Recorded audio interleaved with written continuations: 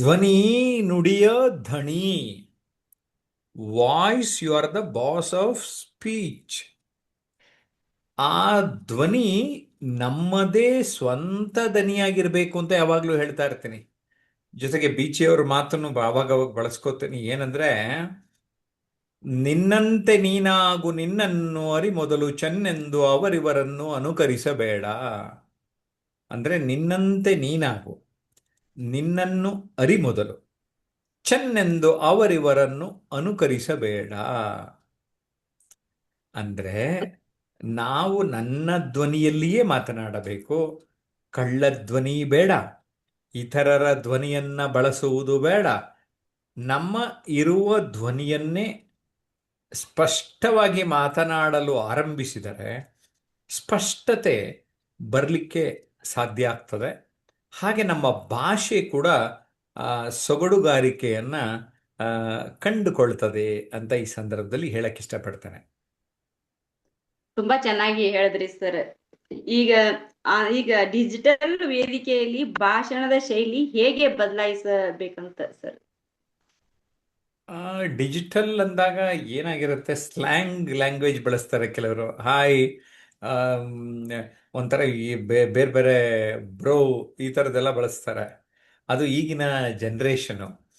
So ನೀವು ಯಾವ ತರನಾದ ಆಡಿಯನ್ಸ್ಗೆ address ಮಾಡ್ತೀರಾ ಅದನ್ನ ನೋಡ್ಕೊಂಡು ಪದಗಳು ಬಳಸ್ಕೊಂಡ್ರೆ ಆಯ್ತು ಮೇಡಮ್. ನಾವು ಒಟ್ಟಿನಲ್ಲಿ ನಮ್ಮ ಭಾಷೆ ಭಾವನೆನ ಕನೆಕ್ಟ್ ಮಾಡಬೇಕು ಅಂತ ಹೇಳ್ತೇನೆ. ನಮ್ದೇನೋ ಭಾವನೆ ಇದೆ, ಆ ಭಾವನೆಗಳನ್ನ ನಾವು ಸುಸೂತ್ರವಾಗಿ ಕಂಡ್ಕೋಬೇಕು ಅನ್ನೋದನ್ನ ತಿಳಿಸೋದಕ್ಕೆ ಇಷ್ಟಪಡ್ತೇನೆ. ರಮೇಶ್ ದಳವಾಯಿಯವರು ಒಂದು ಪ್ರಶ್ನೆ ಕೇಳಾರೆ ಯೂಟ್ಯೂಬ್ನಾಗೆ. ಸರ್, ಮಾತನಾಡುವಾಗ ಕೆಲವು ಮಹತ್ವದ ವಿಷಯಗಳು ನೆನಪು ಇರೋದಿಲ್ಲ, ಅದನ್ನು ಹೇಗೆ ಮ್ಯಾನೇಜ್ ಮಾಡೋದು? ನೋಡಿ, ನಾನು ಯಾವಾಗಲೂ ಒಂದು ಮಾತು ಹೇಳ್ತಾ ಇರ್ತಾನೆ, ಇದು ಮೈಂಡು, ಇದನ್ನ ಥಾಟ್ಸು. ಇಲ್ಲಿ ಥಾಟ್ಸ್ ಕ್ಲಾರಿಟಿ ಇರಬೇಕು. ಥಾಟ್ಸ್ ಕ್ಲಾರಿಟಿ ಇದ್ರೆ ಇಲ್ಲಿಗೆ ಮಾತಾಡ್ಬೇಕಾದ್ರೆ ವರ್ಡ್ಸ್, ಆ ಥಾಟ್ಸ್ ಏನಾಗುತ್ತೆ ಇಲ್ಲಿಗೆ ಬಾಯಿಲಿಂದ ಬರಬೇಕಾದ್ರೆ ಅದು ವರ್ಡ್ಸ್ ಆಗ್ತದೆ. ಸ್ಪಷ್ಟ ಆಯ್ತಾ? ಈಗ ವಾಟರ್ ಟ್ಯಾಂಕ್ ಅಲ್ಲಿ ನೀರಿದ್ರೆ ಕೆಳಗಡೆ ನಲ್ಲಿನಲ್ಲಿ ನೀರು ಬರೋದು ಅಂತ ಹೇಳ್ದಂಗೆ, ಇಲ್ಲಿ ಏನಾದ್ರು ಇರಬೇಕಲ್ಲ ವಿಷಯ. ಆ ವಿಷಯ ಕ್ಲಾರಿಟಿ ಇರ್ಬೇಕಾದ್ರೆ ಥಾಟ್ಸ್ ಕ್ಲಾರಿಟಿ ಇರಬೇಕು. ಅದಕ್ಕೋಸ್ಕರನೇ we have to work on the thoughts factor. In fact intellectual personality ಮೇಲೆ ವರ್ಕ್ ಮಾಡಬೇಕು ಹೆಚ್ಚು ಅಂತ ಈ ಸಂದರ್ಭದಲ್ಲಿ ಹೇಳಕ್ಕೆ ಇಷ್ಟಪಡ್ತೇನೆ. ನಿಮ್ಮ ಮನಸ್ಸಿನ ಕಡೆಗೆ ಗಮನ ಕೊಡುವುದು, ನಿಮ್ಮ ಕಲಿಕೆಯನ್ನು ನಿರಂತರವಾಗಿ ಇಟ್ಟುಕೊಳ್ಳುವುದು, ಈ ದಿಶೆಯಲ್ಲಿ ನಿಮಗೆ ಹೆಚ್ಚಿನ ಲಾಭ ಆಗ್ತದೆ. ನಂದೊಂದು ಫಾರ್ಮುಲಾ ಇದೆ. ಮುಂಚೆ 3 Cs ಅಂತ ಹೇಳ್ತಾ ಇದೆ, ಈಗ 4 Cs ಅಂತ. ಸೊ ಯಾರು ಲೈವಲ್ಲಿ ಇದ್ದೀರಿ ಎಲ್ಲರೂ ಕಾಮೆಂಟ್ ಮಾಡಿ ನಾನು ಹೇಳೋ ಪದಗಳನ್ನು. Cool, com, comfortable, composed. ಅಂದರೆ 4 Cಗಳು: ಕೂಲ್, ಕಾಮ್, ಕಂಫರ್ಟಬಲ್ ಮತ್ತು ಕಂಪೋಸ್ಡ್. ಇವು 4 ಪದ ನಾನು ಯಾಕೆ ಹೇಳಿದೆ ಅಂತ ಅರ್ಥ ಮಾಡಿಕೊಂಡು ಯೋಚನೆ ಮಾಡ್ತಾ ಇರಿ. ನೀವು ಕೂಲ್ ಅಂದ್ರೆ ತಣ್ಣಗಿರಿ, ಕಾಮ್ ಆರಾಮದಾಯಕವಾಗಿರಿ, ಪ್ರಶಾಂತವಾಗಿರಿ ಅಂತ. ಕರೆಕ್ಟಾ? ಕಾಮ್ ಆಯ್ತು. ಕಂಫರ್ಟಬಲ್ ಅಂದ್ರೆ ಆರಾಮದಾಯಕವಾಗಿ ಇರೋದು. ಕಂಪೋಸ್ಡ್ ಅಂತ ಯಾಕೆ ಹೇಳಿದೆ ನಾನು? ಕಂಪೋಸ್ಡ್ ಅಂದ್ರೆ ಬ್ಯಾಲೆನ್ಸ್ಡ್ ಸಿಚುಯೇಷನ್ ಅಲ್ಲಿ ನಾವಿರೋದು, ಬ್ಯಾಲೆನ್ಸ್ಡ್ ಲೆವೆಲ್ ಅಲ್ಲಿ ನಾವು ಇರ್ಬೋದು.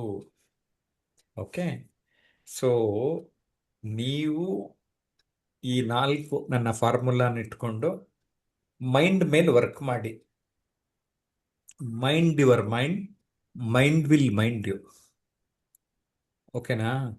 ನೀವು ನಿಮ್ಮ ಮನಸ್ಸಿನ ಕಡೆ ಗಮನ ಕೊಟ್ಟರೆ ಆ ನಿಮ್ಮ ಮನಸ್ಸು ನಿಮ್ಮ ಕಡೆಗೆ ಗಮನ ಕೊಡುತ್ತದೆ.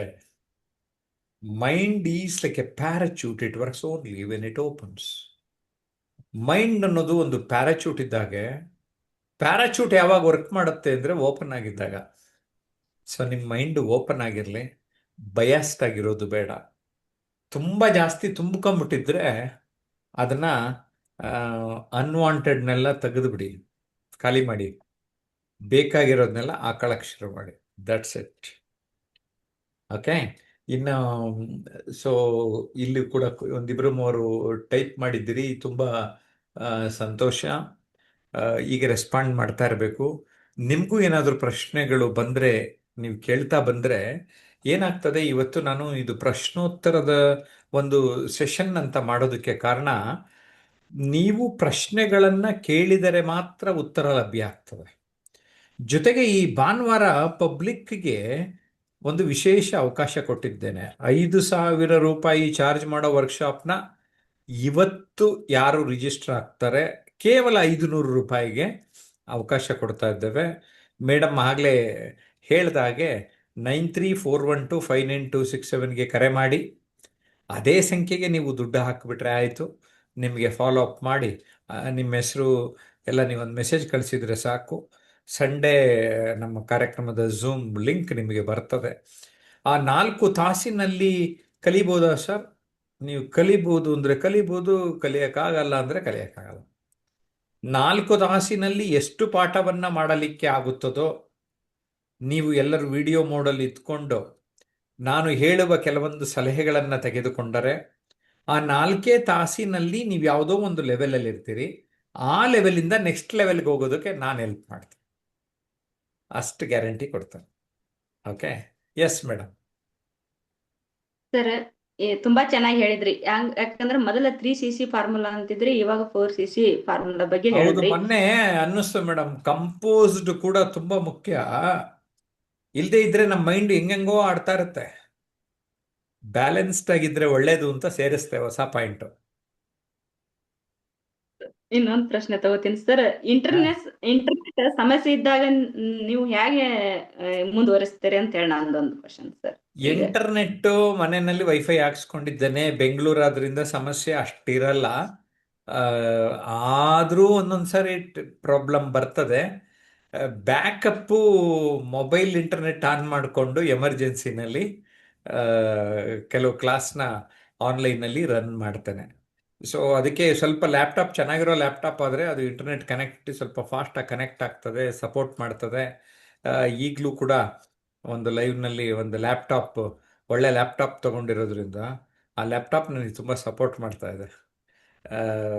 ಸೊ ಲ್ಯಾಪ್ಟಾಪು, ಮನೆಗೆ UPS ಪವರ್ ಹೋದ್ರೂ UPS ಒಂದು 2-3 ಗಂಟೆ ಬರುತ್ತೆ. ಇದು ನಾನು ಹಾಕ್ಸಿ ಒಂದು 5-6 ವರ್ಷದ ಮೇಲೆ ಆಗೋಯ್ತು ಮೇಡಮ್. ಯಾವಾಗ ಆನ್ಲೈನ್ ಕ್ಲಾಸ್ ಮಾಡಬೇಕಂತ ಅಂದ್ಕೊಂಡೆ, ಇದಿಷ್ಟು ಬೇಸಿಕ್ಕು, ಒಂದು UPS, ಒಂದು ಇಂಟರ್ನೆಟ್ ಕನೆಕ್ಷನ್ನು, ಒಳ್ಳೆ ಲ್ಯಾಪ್ಟಾಪು, ಇವೆಲ್ಲ ಎಕ್ಸ್ಟ್ರಾ ಅಡಿಷ್ನಲ್ ಐಟಮು. ಬೇಕಾದರೆ ಇಟ್ಕೊಳ್ಳೋದು, ಬೇಡ ಅಂದರೆ ಪರವಾಗಿಲ್ಲ. ಬಟ್ ಈಗ ನನಗೆ ಅನ್ನಿಸ್ತು, ಪಬ್ಲಿಕ್ ಸ್ಪೀಕಿಂಗ್ ಅಲ್ವಾ, ನಮ್ಮ ಮೈಕ್ ತೋರಿಸ್ತಾ ಇದ್ರೆ ಜನಕ್ಕೆ ಒಂಥರ ರಿಮೈಂಡ್ ಆಗುತ್ತೆ ಅಂದ್ಬಿಟ್ಟು ಇದನ್ನ ಕಣ್ಣಿಗೆ ಕಾಣಲಿ ಅಂತ ಯೂಸ್ ಮಾಡ್ತಾ ಇದ್ದೀನಿ.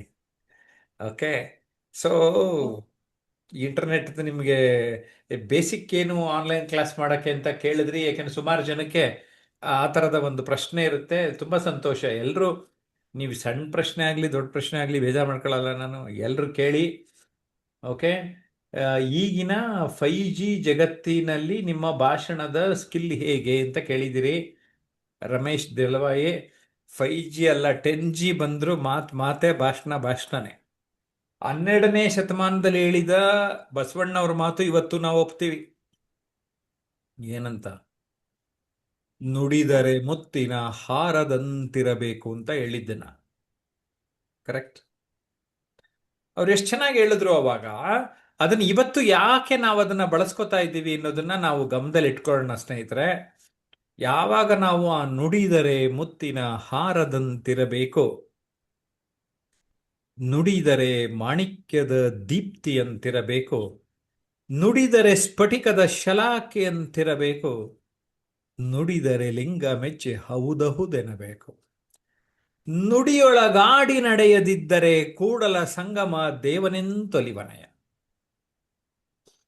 12ನೇ ಶತಮಾನದಲ್ಲಿ ಹೇಳಿದ್ದು, ಇವತ್ತು ಒಪ್ತಿಲ್ವೇ? ಅದಕ್ಕೆ ನಾನು ಸ್ವಲ್ಪ ನನ್ನ ನಂತರವೂ ಕೂಡ ಜನ ಜ್ಞಾಪಿಸ್ಕೊಳ್ಳಿ ಅನ್ನೋ ಥರನೇ ವಿಚಾರಗಳನ್ನು ಮಾತಾಡ್ತಾ ಇದ್ದೇನೆ. ಈ ಪುಸ್ತಕ ಬರೆದು 22 ವರ್ಷ ಆಯಿತು. ನುಡಿಗನ್ನಡಿ ಅನ್ನುವ ಒಂದು ಪುಸ್ತಕ. ಓಕೆ,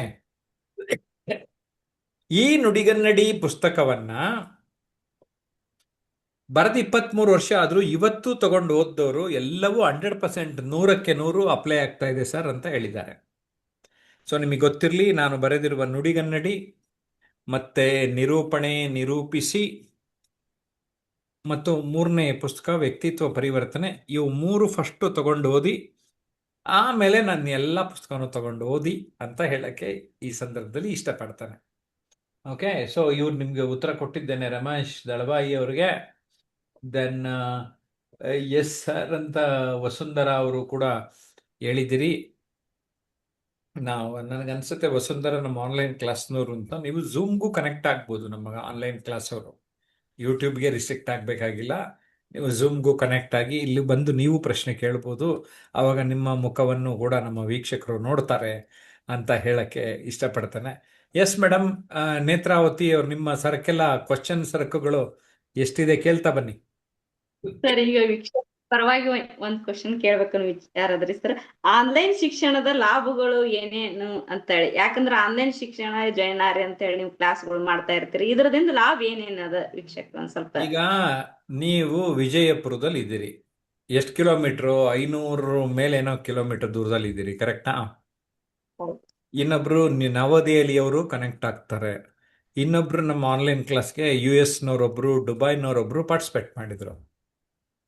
ಈ ಜಸ್ಟ್ ಇಂಟರ್ನೆಟ್ ಕನೆಕ್ಷನ್ ಇಂದ ಇಡೀ ಒಂದು ಪ್ರಪಂಚ ಒಂದು ಚಿಕ್ಕ ಗ್ಲೋಬಲ್ ವಿಲೇಜ್ ಆಗೋಗುತ್ತೆ ಇಂಟರ್ನೆಟ್ ಅಲ್ಲಿ, ಆನ್ಲೈನ್ ಅಲ್ಲಿ. What A great idea. ಕೆಲವು ದೇಶದಲ್ಲಿ ಟೈಮ್ ಬೇರೆ ಇರ್ಬೋದು, ಬಟ್ ಎಲ್ಲರನ್ನೂ ಒಟ್ಟಿಗೆ ಕನೆಕ್ಟ್ ಆಗೋಕೆ ಸಾಧ್ಯತೆ ಇದೆಯಲ್ಲ. So that's the main speciality. ಎರಡನೇದು, ಸಮಯ ಎಷ್ಟು ಉಳಿಯುತ್ತೆ. ಇಲ್ಲಿ ಬೆಂಗಳೂರಿನಲ್ಲೇ ಒಂದು ಮೂಲೆಯಿಂದ ಇನ್ನೊಂದು ಮೂಲೆಗೆ ಹೋದ್ರೆ ಹೋಗಕ್ಕೆ 2 ಗಂಟೆ, ಬರಕ್ಕೆ 2 ಗಂಟೆ, 4 ತಾಸು ಆಗೋಗುತ್ತೆ ಅಲ್ವೇ? ಇಲ್ಲೇನಿಲ್ಲ, ತಕ್ಷಣ ಆನ್ಲೈನ್ ಲ್ಯಾಪ್ಟಾಪ್ ಆನ್ ಮಾಡ್ಕೋ, ಝೂಮ್ ಆನ್ ಮಾಡ್ಕೋ, ಕನೆಕ್ಟ್ ಆಗು. ಝೂಮ್ ಥರನೂ ಬೇರೆ ಪ್ರಾವಿಷನ್ ಇರ್ತದೆ. ನೀವು ಯಾವುದ್ರಲ್ಲಾದ್ರೂ ಕನೆಕ್ಟ್ ಆಗ್ಬೋದು, ಮಾತಾಡ್ಬೋದು. ಮತ್ತೆ ಎಷ್ಟು ಜನ, ಈಗ ನಾನು ವಿಡಿಯೋನಲ್ಲಿರೋರನ್ನ ತೋರಿಸ್ತಾ ಇದ್ದೀನಿ. ಈಗ ಒಂದು 3-4 ಜನ ಇದ್ದಾರೆ. ಎಲ್ಲರ ಜೊತೆ ನಾನು ಇಂಟ್ರ್ಯಾಕ್ಟ್ ಮಾಡೋಕ್ಕೆ ಸಾಧ್ಯತೆ ಆಗ್ತದೆ. ನೀವು ಮಾತಾಡಿದ ಮೇಲೆ ಬೇರೆಯವರು, ವಿಕಾಸು, ವೀರನ್ಮಪ್ಪ ಎಲ್ಲ ಮಾತಾಡ್ತಾರೆ. ಎಲ್ಲರನ್ನೂ ಒಟ್ಟಿಗೆ ಮಾತಾಡಿಸ್ಬೋದು. ಈಗ ನಾನು ಒಂದು 100 ಜನ ಇರೋ ಪ್ಯಾಕೇಜ್ ತಗೊಂಡಿದ್ದೀನಿ, ಸಬ್ಸ್ಕ್ರಿಪ್ಷನ್ ಝೂಮ್ದು. 500 ಜನ, 1000 ಜನದವರೆಗೂ ತಗೋಬೋದು. ಅಂದರೆ ಒಟ್ಟಿಗೆ ನಾನು ಅಷ್ಟೂ ಜನರಿಗೆ ಮಾತಾಡ್ತೇನೆ. ಈಗ ಯೂಟ್ಯೂಬ್ ಲೈವ್ಗೂ ಕೂಡ ಕನೆಕ್ಟ್ ಆಗಿದ್ದೇನೆ. ಇದರ ಮೂಲಕ ನಾನು ಯೂಟ್ಯೂಬ್ಗೆ ಹೋಗ್ಬೋದು, ಫೇಸ್ಬುಕ್ ಹೋಗ್ಬೋದು, ಅವೆಲ್ಲ ಪ್ರಾವಿಷನ್ ಇದೆ. ಸೊ ಈಗ ನಾನು ಬಂದಿರೋದು, ನಾನು ಕನೆಕ್ಟ್ ಆಗಿರೋದು ಝೂಮ್ನಲ್ಲಿ, ಬಟ್ ಟೆಲಿಕಾಸ್ಟ್ ಥರ, TV ಪ್ರೋಗ್ರಾಮ್ ಟೆಲಿಕಾಸ್ಟ್ ಆದಂಗೆ ಯೂಟ್ಯೂಬಲ್ಲಿ ಟೆಲಿಕಾಸ್ಟ್ ಆಗ್ತಾ ಇದೆ. ಈಗ ನಮ್ಮ ಸ್ನೇಹಿತರು ನೋಡ್ತಾ ಇದ್ದಾರೆ. ಎಷ್ಟು ಜನ ಬೇಕಾದ್ರೂ ಪ್ರಪಂಚದಾದ್ಯಂತ ನೋಡ್ಬೋದು ನಾವು ಲೈವಲ್ಲಿದ್ದಾಗ. ಓಕೆ, ಸೊ ರೀಚ್ ಜಾಸ್ತಿ ಇರುತ್ತೆ, ಬಾರ್ಡರ್ ಇಲ್ಲ. ಸದ್ಯಕ್ಕೆ ಸಾಕು ಅನ್ಕೊಂತೇನೆ. ಸರ್, ನೀವು ಹೇಳ್ತಾ ಇದ್ರ ಒಂದು ಕವನ ನನಗೆ ನೆನಪಾಗ್ತದ ಇಲ್ಲಿ. ಹೇಳ್ರಿ. ಆನ್ಲೈನ್ ಬೆಳಕು ಹರಿಯುತ್ತಿದೆ, ಮೊಬೈಲ್ ತೆರೆ ಮೇಲೆ ಜ್ಞಾನ ಹರಿಯುತ್ತಿದೆ, ಒಂದು ಕ್ಲಿಕ್ಕಿನಲ್ಲಿ ಗುರು ಸಿಗುವನು, ಹೊಸ ಲೋಕವೊಂದು ನಿಮ್ಮದಾಗುವುದು ಅಂತ ಹೇಳಿ. Good good, great great. ನೋಡಿ, ಮುಂಚೆ ಎಲ್ಲ ಕವನ ಬರೀತಾ ಇರಲಿಲ್ಲ. ಕವನ ಬರೆಯೋಕೆ ರೆಡಿ ಆಗಿಬಿಟ್ರೆ, ಮನಸ್ಸು ಮಾಡಿದ್ರೆ ಯಾರು ಏನಾದರೂ ಆಗಬಹುದು. ನಾನು ಕೂಡ ಮಾತುಗಾರ, ಬರೆಯೋಕ್ಕೆ 1-2 ಪುಸ್ತಕ ಬರೆಯೋಣ ಅಂದ್ಕೊಂಡೆ. ಈಗ 17 ಪುಸ್ತಕ ಕನ್ನಡದಲ್ಲಾಯಿತು, 6 ಪುಸ್ತಕ ಇಂಗ್ಲೀಷಲ್ಲಿ ಆಗೋಯ್ತು. ಸಪ್ನಲ್ಲಿ ಪುಸ್ತಕ ಸಿಗ್ತದೆ, ಸಪ್ನಾ ಬುಕ್ ಹೌಸಲ್ಲಿ. ಮತ್ತು Amazon.in ಆನ್ಲೈನ್ ಮೂಲಕ ಕೂಡ ಎಲ್ಲರೂ ಪಡೆಯೋದಕ್ಕೆ ಅವಕಾಶ ಇದೆ. Okay, yes yes madam. Vikas ಅವ್ರಿಗೆ ಸ್ವಲ್ಪ ಪ್ರಶ್ನೆ ಕೇಳಕ್ಕೆ ಹೇಳೋಣ. ಅಂತ ವಿಕಾಸ್ ಸರ್ ಅವರು. ನಮಸ್ತೆ ವಿಕಾಸ್ ಸರ್. ನಮಸ್ತೆ ಮೇಡಮ್, ನಮಸ್ತೆ. ನಿಮ್ಮ ಭಾಷಣ ಕೌಶಲ್ಯದ ಪ್ರಶ್ನೆಗಳಿಗೆ ಇದ್ರೆ ಕೇಳ್ಬೋದು ಸರ್ಗೆ ಅಂತ. ಖಂಡಿತವಾಗಿ ನಾವು ಇವಾಗ ಆನ್ಲೈನ್ ಕ್ಲಾಸ್ಗೆಲ್ಲ ಅವ್ರಿಗೆ ನಾವು ಗೋಲ್ಡ್ ಕಮ್ಯುನಿಟಿ ಅಂತೇಳಿ ಅದರಲ್ಲಿ ನಾವು ಪ್ರತಿ ಗುರುವಾರ ನಾವು ಜಾಯಿನ್ ಆಗಿ ಆನ್ಲೈನ್ ಮುಖಾಂತರ ನೀವು ಹೇಳಿದ್ರಿ ಹೇಗೆ ಕಲಿಬೋದು ಅಂತ ನಾವು ಸ್ಟಾರ್ಟ್ ಮಾಡ್ಕೊಂಡಿದೀವಿ. ಅವ್ರ ತರಬೇತಿನಲ್ಲಿ ಅವ್ರ ಮಾರ್ಗದರ್ಶನ ಪಡಿಬೇಕು ಅಂತ. ಯಾಕೆಂದ್ರೆ ಅವರ ಮಾರ್ಗದರ್ಶನ ತುಂಬಾ ನಮಗೆ ಇಂಪಾರ್ಟೆಂಟ್ ಇದೆ ಅಂತ ಅನ್ಸುತ್ತೆ. ಯಾಕೆಂದ್ರೆ ಅವರು 30 ವರ್ಷ 40 ವರ್ಷ ಅವರ ಅನುಭವ ಜಾಸ್ತಿ ಇದೆ. ಏಕೆಂದ್ರೆ ನಾವು ಅವ್ರಿಗೆ ನಮಗೆ ಕೇಳಲಿಕ್ಕೆ ಸರ್, ಭಾಷಣ ವೇದಿಕೆ ಮೇಲೆ ಹೋಗಿ ಭಾಷಣ ಮಾಡಬೇಕು ಅಂತಂದ್ರೆ ನೀವು ಕೂಲ್ ಕಾಮ್ ಅಂಡ್ ಕಂಫರ್ಟಬಲ್ ಅಂತ ನೀವು ಹೇಳಲಿಕ್ಕೆ ಇದು ತುಂಬಾ ಸೊಗಸಾಗಿದೆ ವರ್ಡ್. ಆದ್ರೆ ನಮಗೆ ಅಷ್ಟು cool calm and composed comfortable ಆಗಲ್ವಲ್ಲ ಸರ್, ಏನ್ ಮಾಡ್ಬೇಕು ಸರ್? ಆಗದೆ ಇದ್ರೆ ನಿಮ್ಗೆ ಆರೋಗ್ಯ ಚೆನ್ನಾಗಿದೆ ಅಂತ. ಅಂದ್ರೆ ಆದ್ರೆ ಅಂದ್ರೆ ನಿಮ್ಗೇನೋ ಆಗುತ್ತೆ ವೇದಿಕೆ ಮೇಲೆ ಹೋದಾಗ, ಕರೆಕ್ಟಾ? ಸಾಮಾನ್ಯ ನಿಮ್ಗೆ ಏನಾಗ್ತಿತ್ತು ವಿಕಾಸ್? ಸರ್, ಹೋದಾಗ ಫಸ್ಟ್ ಒಂದು 2-3 ಮಾತಾಡಿದ್ರೆ 3 ಜನ ನೋಡ್ಬಿಟ್ರೆ ಮತ್ತೆ ತಲೆನಲ್ಲಿ ನೀವು ಟ್ಯಾಂಕಲ್ಲಿ ಕೆಳಗಡೆ ನಲ್ಲಿಯಲ್ಲಿ ನೀರು ಬಂದಂಗೆ ಬರುತ್ತೆ ಅಂತ ಹೇಳಿದ್ರಿ. ಆದ್ರೆ ನಿಮ್ ತಲೆಯಿಂದ ನಿಮ್ ಟ್ಯಾಂಕಿಂದ ನಲ್ಲಿ ನೀರು ಬರ್ತಾ ಇದೆ. ಆದ್ರೆ ನಮ್ಗೆ ಅಲ್ಲಿ ವೇದಿಕೆಯಲ್ಲಿ ಹೋದಾಗ ಅದು ಬರ್ತಾ ಇರ್ಲಿಲ್ಲ, ಕೆಳಗಡೆ ನಲ್ಲಿ ನೀರೇ ಇಲ್ಲ ಸರ್. ನೀರು ಅಲ್ಲಿ ಮೇಲೆ ಸ್ಟಾಪ್ ಆಗ್ಬಿಡೋದು. ಆ ತರ ಮಾತುಗಳು ಅಂದ್ರೆ ಏನು ಬರ್ತಾ ಅಂದ್ರೆ ಇರ್ಲಿಲ್ಲ. ಸಮಾಜದ ಜನರ ಪುಣ್ಯ. ಇಲ್ಲದೆ ಇದ್ರೆ ಎಲ್ರೂ ಏನೇನೋ ಮಾತಾಡ್ಬಿಟ್ಟಿರೋರು ವಿಕಾಸ್, ಅಲ್ವಾ? ಈಗ ಯೋಚನೆ ಮಾಡಿಕೊಂಡು ಸರಿಯಾದ ರೀತಿಯಲ್ಲಿ ಸರಿಯಾದ ರೂಪದಲ್ಲಿ ಮಾತನಾಡುವವರನ್ನ ಮಾತ್ರ ಈ ವೇದಿಕೆಯ ಸರಸ್ವತಿ ಕರ್ಕೊಳ್ತಾರೆ. ಇಲ್ಲದೆ ಇದ್ದವರು ಸ್ವಲ್ಪ ದೂರ ಇರಿ, ಭಯ ಇದೆ, ಬರಬೇಡಿ ವೇದಿಕೆಗೆ ಅಂತ ಅಡೆತಡೆಗಳನ್ನ ಒಡ್ತಾರೆ. ಅದು ಒಳ್ಳೆಯದು ಅಂತ ನನ್ನ ಅಭಿಪ್ರಾಯ. ಯಾಕೆಂದ್ರೆ ನೀವು ಸನ್ನದ್ಧರಾಗಿ ಸಿದ್ಧತೆಯನ್ನು ತುಂಬ ಚೆನ್ನಾಗಿ ಮಾಡಿಕೊಂಡು ಬಂದಾಗ ನಿಮಗೆ ಒಂದು ಗೌರವ, ಘನತೆ ಬರ್ತದೆ. ನಿಮ್ಮ ಗತ್ತು, ಗಮ್ಮತ್ತು, ಗಾಂಭೀರ್ಯ ಜಾಸ್ತಿ ಆಗುತ್ತೆ ಅಂತ ಹೇಳೋದಕ್ಕೆ ಈ ಸಂದರ್ಭದಲ್ಲಿ ಇಷ್ಟಪಡ್ತೇನೆ ವಿಕಾಸ್.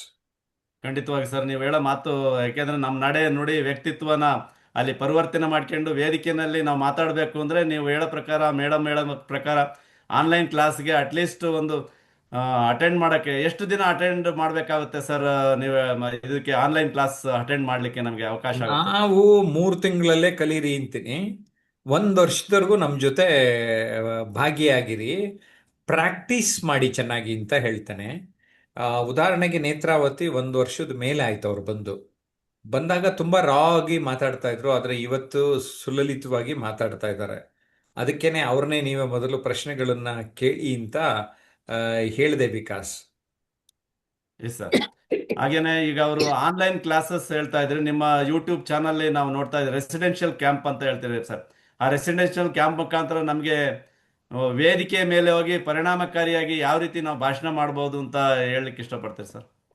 ಈಗ ನೀವು ಆನ್ಲೈನ್ನಲ್ಲಿ ಇರ್ತೀರಿ, ಆಫ್ಲೈನ್ನಲ್ಲಿ ನೀವು ಭಾಗಿಯಾದಾಗ ಆ, ನಿಮ್ಮ ಇಡೀ ಬಾಡಿ ಲ್ಯಾಂಗ್ವೇಜ್, ಇಡೀ ದೇಹ ಕಾಣ್ತದೆ. ಇಲ್ಲಿ ನಾವು ಇಷ್ಟು ಮಾತ್ರ ಕಾಣಿಸ್ತಾ ಇರತ್ತಲ್ಲ, ಇಡೀ ದೇಹ, ನಿಮ್ಮ ನಿಲುವು, ನಿಮ್ಮ ಭಂಗಿ, ನಿಮ್ಮ ಹಾವಭಾವ ಎಲ್ಲ ಕಾಣೋದ್ರಿಂದ ಏನಾಗ್ತದೆ, ಜೊತೆಗೆ 3 ದಿನ ಬೆಳಗ್ಗೆ 7 ಗಂಟೆಯಿಂದ ರಾತ್ರಿ 11 ಗಂಟೆಯವರೆಗೆ ನಾವು ನಿರಂತರವಾದ ಚಟುವಟಿಕೆಗಳು, ಅಂದರೆ 80% ಆಕ್ಟಿವಿಟೀಸ್, 20% ಮಾತ್ರ ನಮ್ಮ ಒಂದು ಮಾರ್ಗದರ್ಶನ ಇರ್ತದೆ ನಿಮಗೆ.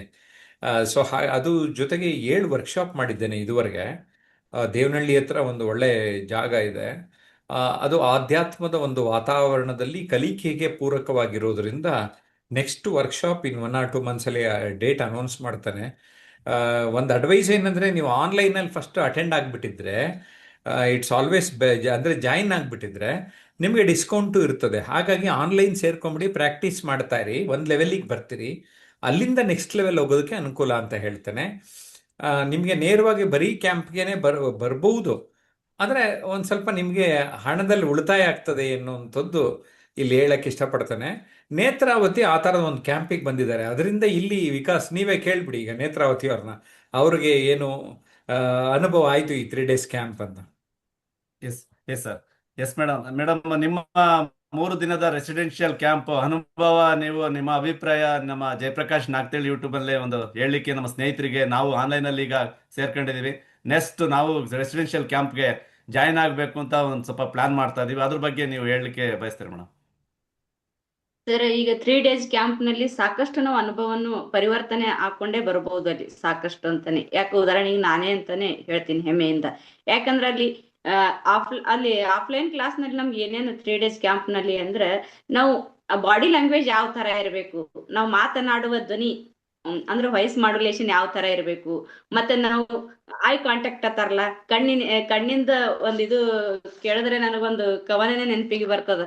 ಕಣ್ಣು ಕಣ್ಣಿಗೆ ನೋಡುತ್ತಾ ಮಾತಾಡು, ಹೃದಯದಿಂದ ಹೊರಬಂದ ಮಾತು ಹೇಳು, ನಿನ್ನ ಮಾತು ಬಲವಾಗಿದ್ದರೆ ಜಗವೇ ನಿನ್ನ ಕಡೆ ನೋಡುತ್ತದ ಅಂತೇಳಿ. ಅಂದ್ರೆ ಬಾಡಿ ಲ್ಯಾಂಗ್ವೇಜ್ ಒಂದು ಮಾತುನು ಎಷ್ಟು ಎಫೆಕ್ಟ್ ಆಗ್ತದ ಅಂತಾರೆ ಒಂದು ಇದ್ರ ಮುಖಾಂತರ ಅಲ್ಲಿ ನಮ್ಗೆ ಸಾಕಷ್ಟು ಒಂದು ಮಾರ್ಗದರ್ಶನ, ಸರ್ ಅವರೊಂದು ಮಾರ್ಗದರ್ಶನ ಇರ್ತದ, ಎಲ್ಲಾ ಕ್ಷೇತ್ರದ ಜನ ಇರ್ತಾರ. ಹಿಂಗಾಗಿ ಎಲ್ಲಾನು ಅಲ್ಲಿ ನಮ್ ಕಲೀಲಿಕ್ಕೆ ಸಾಕಷ್ಟು ನಮ್ಗೆ ಲಾಭದಾಯಕ ಆಗ್ತದ. ಅಲ್ಲಿ ವಾತಾವರಣ ತುಂಬಾ ಚೆನ್ನಾಗಿದೆ ಅಂತೇನೆ ಹೇಳಕ್ ಇಷ್ಟ.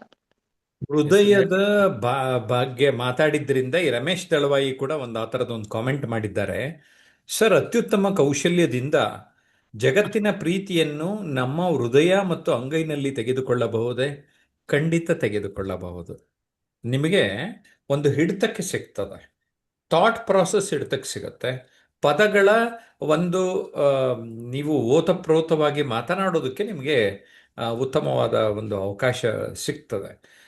ನಮ್ಮ ಜೊತೆ ಹಿಂದೆ ಸುಮಾರು ನಮ್ಮ ದೀರ್ಘಕಾಲ ಅಸೋಸಿಯೇಟ್ ಆಗಿ ಹೋಮಿಯೋಪತಿ ಡಾಕ್ಟರ್ ಆಗಿ ದಾವಣಗೆರೆಯಲ್ಲಿ ಸೆಟ್ಲ್ ಆಗಿರೋ ಡಾಕ್ಟರ್ ಶಿವಶಂಕರ್ ತುಂಬ ದಿನ ಆದಮೇಲೆ ನಮ್ಮ ಜೊತೆ ಕನೆಕ್ಟ್ ಆಗಿದ್ದಾರೆ. ಅವರು ಒಂದೆರಡು 3 days ಕ್ಯಾಂಪ್ ಅಟೆಂಡ್ ಮಾಡಿರೋದ್ರಿಂದ ಫಸ್ಟು ನಿಮ್ಮ 3 days ಕ್ಯಾಂಪ್ ಅನುಭವ ಹೇಳ್ಬಿಡಿ ಡಾಕ್ಟರ್ ಶಿವಶಂಕರ್. ಸರ್, ನನ್ನ 3 days ಕ್ಯಾಂಪ್ ಅನುಭವ ಬಹಳ ಚೆನ್ನಾಗಿತ್ತು ಸರ್. ನಾನು ಅನೇಕ ಸಹ ಶಿಬಿರಾರ್ಥಿಗಳನ್ನ ನೋಡಿದಾಗ ಒಂದು 2 ಶಿಬಿರಗಳನ್ನ ಅಟೆಂಡ್ ಆಗಿದ್ದೆ ತಮ್ಮ ಶಿಬಿರಗಳು. ಆ 2 ಶಿಬಿರಗಳಲ್ಲಿ ಅನೇಕ ನನ್ನ ಸಹ ಶಿಬಿರಾರ್ಥಿಗಳಲ್ಲಿ ಒಂದು ಧನಾತ್ಮಕ ಬದಲಾವಣೆಯನ್ನ ನಾನು ನೋಡಿದೆ. ಅನೇಕ ಸಹ ಶಿಬಿರಾರ್ಥಿಗಳು ಬಂದಿರ್ತಕ್ಕಂಥವ್ರು ಅಂದ್ರೆ, ಸರ್ ನಮ್ಗೆ ಸಭೆ ಅಂದ್ರೆ ಭಯ, ಸ್ಟೇಜ್ ಅಂದ್ರೆ ಭಯ. ಅವ್ರೊಂದು ಫೀಲ್ಡ್ ಅಲ್ಲಿ ಎಕ್ಸ್ಪರ್ಟ್ ಆಗಿರ್ತಾರೆ, ಬಟ್ ಸ್ಟೇಜ್ ಮೇಲೆ ಮಾತಾಡೋದಕ್ಕಂದ್ರೆ ಕಷ್ಟ. ಕೆಲವು ರಾಜಕಾರಣಿಗಳಾಗಿರ್ಬೋದು, ಕೆಲವು ಬಿಸ್ನೆಸ್ ಮೆನ್ಗಳಾಗಿರ್ಬೋದು, ಸರ್ ಸ್ಟೇಜ್ ಅಂದ್ರೆ ಭಯ ನನಗೆ ಅಂತ ಹೇಳ್ತಕ್ಕಂಥ ಅನೇಕ ಸಹ ಶಿಬಿರಾರ್ಥಿಗಳನ್ನ ನೋಡಿದಾಗ ತಮ್ಮ ಕ್ಯಾಂಪಿನ ಬೆಳಗ್ಗೆ ಮಾರ್ನಿಂಗ್ ಸೆಷನ್ ಭಯಗಳು ಅಂತ ಹೇಳಿದ್ರು. By the end of the morning session, by afternoon session start ಆದ್ಮೇಲೆ ಅವರು they were able to overcome the fears. I could see ಆ 3 ದಿನಗಳ ವರ್ಕ್ಶಾಪ್ ಎಂಡಿಂಗ್ ಅಲ್ಲಿ ಸೊ ನೀವು ಅನೇಕ ನಮ್ಗೆ ಟಾಸ್ಕ್ ಕೊಡ್ತಾ ಇದ್ರಿ. 1 ನಿಮಿಷದಲ್ಲಿ ಮಾತಾಡಬೇಕು, ಕೆಲವು ತಮ್ಮ ಅನುಭವವನ್ನ ಹಂಚ್ಕೊಳ್ಳಿ ಅಂತ ನೀವು ಒಂದು 5 ನಿಮಿಷ ನಮ್ಗೆ ಅಲಾಟ್ ಮಾಡಿದ್ರಿ ಪ್ರತಿಯೊಬ್ಬ ಶಿಬಿರಾರ್ಥಿಗಳಿಗೂ. ನಮ್ಮ ಸಹ ಶಿಬಿರಾರ್ಥಿಗಳು 5 ನಿಮಿಷ ಬದಲೇ ಸರ್ ಅಂದ್ರೆ ನೀವು ಕೊಟ್ಟಿರ್ತಕ್ಕಂಥ ಸಮಯಕ್ಕಿಂತ ನೀವು ಮಿತಿಯಾಗಿ ಮೀರಿ ಅಂದ್ರೆ 7 minutes 8 minutes ಹಿಂಗೆಲ್ಲ ಮಾತಾಡ್ತಾ ಇದ್ರು. ಸೊ ಅಂದ್ರೆ I could C the transformation in many of my batch mates. So ಖಂಡಿತ ತಮ್ಮ 3 ದಿನಗಳ ಏನು ವರ್ಕ್ಶಾಪ್ ಅಂದ್ರೆ ಪರ್ಸನಾಲಿಟಿ ಡೆವಲಪ್ಮೆಂಟ್, ಸಂವಹನ ಕೌಶಲ್ಯಗಳ ಏನು workshop is going to bring lot of transformation in the the students ಅಂತ ಭಾವಿಸ್ತೀನಿ ಸರ್ ನಾನು. ಸೊ ಈ ದಿನ ನಿಮ್ಮ ಒಂದು ಇದು ನೋಡಿದೆ ಸರ್, ನಾನು ಒಂದು ಪೋಸ್ಟರ್ ನೋಡಿದೆ, ಭಾಷಣ ಕೌಶಲ್ಯ ಮತ್ತೆ ಅದರ ಮಹತ್ವ ಅಂತ ಹೇಳಿದ್ರಿ.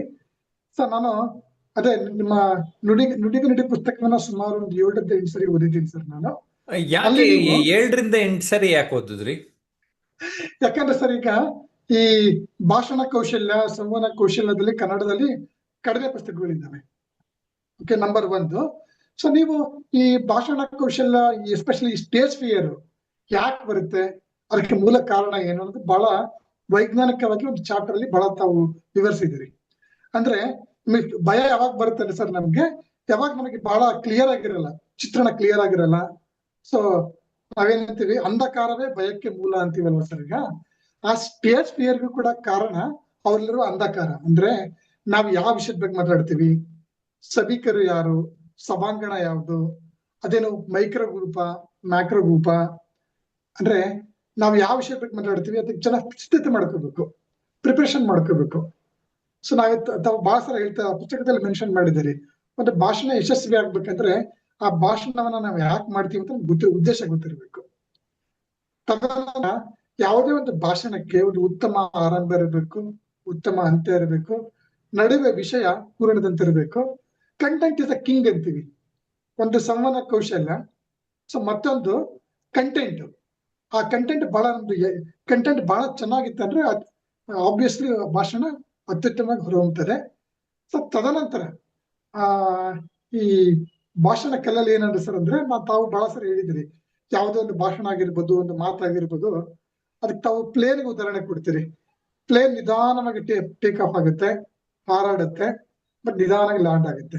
ಅಂದ್ರೆ ಭಾಷಣ ಕಲೆ ಕೂಡ ಒಂದು ಅತ್ಯುತ್ತಮ ಆರಂಭ ಇರಬೇಕು, ಒಂದು ಕಂಟೆಂಟ್ ಇರಬೇಕು, ಆಮೇಲೆ ಅತ್ಯುತ್ತಮವಾಗಿ ಎಂಡ್ ಮಾಡ್ಬೇಕು. ಸೊ ಆಮೇಲೆ ಯಾವುದೇ ಒಂದು ಭಾಷಣವನ್ನು ಮಾಡುವಾಗ, ಒಂದು ವಿಷಯ ಬಗ್ಗೆ ನಾವು ಮಾತನಾಡುವಾಗ ನಾವು ಯಾವಾಗ್ಲೂ ಕೂಡ ಟ್ರ್ಯಾಕ್ ಅಲ್ಲಿ ಇರಬೇಕು. ಅಂದ್ರೆ ಮಾತಾಡ್ತಾ ನಾವು ವಿಷಯ ಪರ್ಯಟನೆ ಮಾಡಬಾರ್ದು. ಎಕ್ಸಾಂಪಲ್ಸ್ ಕೊಡ್ತಾ ಅಂದ್ರೆ ಸೂಕ್ತ ಎಕ್ಸಾಂಪಲ್ಸ್ ಕೊಡ್ಕಂತ ಆ ಮೂಲ ಉದ್ದೇಶವನ್ನ ನಾವು ಮರಿಬಾರ್ದು.